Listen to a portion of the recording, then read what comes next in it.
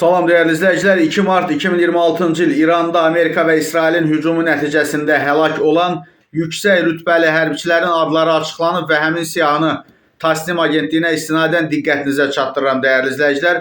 Zəhmət olmasa burada üstəgəl işarəsinə vurub kanalımıza abunə olun. Deməli, General-Mayor Məhəmməd Şirazi Ali Baş Komandanın ofisinin rəhbəri, General-Mayor Saleh Əsədi Silahlı Qüvvələrin Baş Qərargahının Kəşfiyyat üzrə müavini, General-Mayor Pilot Möhsün Dərəbağı Silahlı Qüvvələrin Təminat və Logistika üzrə müavini, General-Mayor Əkbər İbrahimzadə Ali Baş Komandanın ofisi rəhbərinin müavini, General-Mayor Qulamrıza Rızayan deməli Faraja, yəni İranın hüquq mühafizə orqanları kəşfiyyat təşkilatının rəhbəri, General-Mayor Bəhram Hüseyni Motləq Baş Qərargahın Əməliyyat İdarəsinin Planlaşdırma və Əməliyyat Şöbəsinin rəisi, General-Mayor Həsənəli Tacik Baş Qərargahın Təminat İdarəsinin rəisi.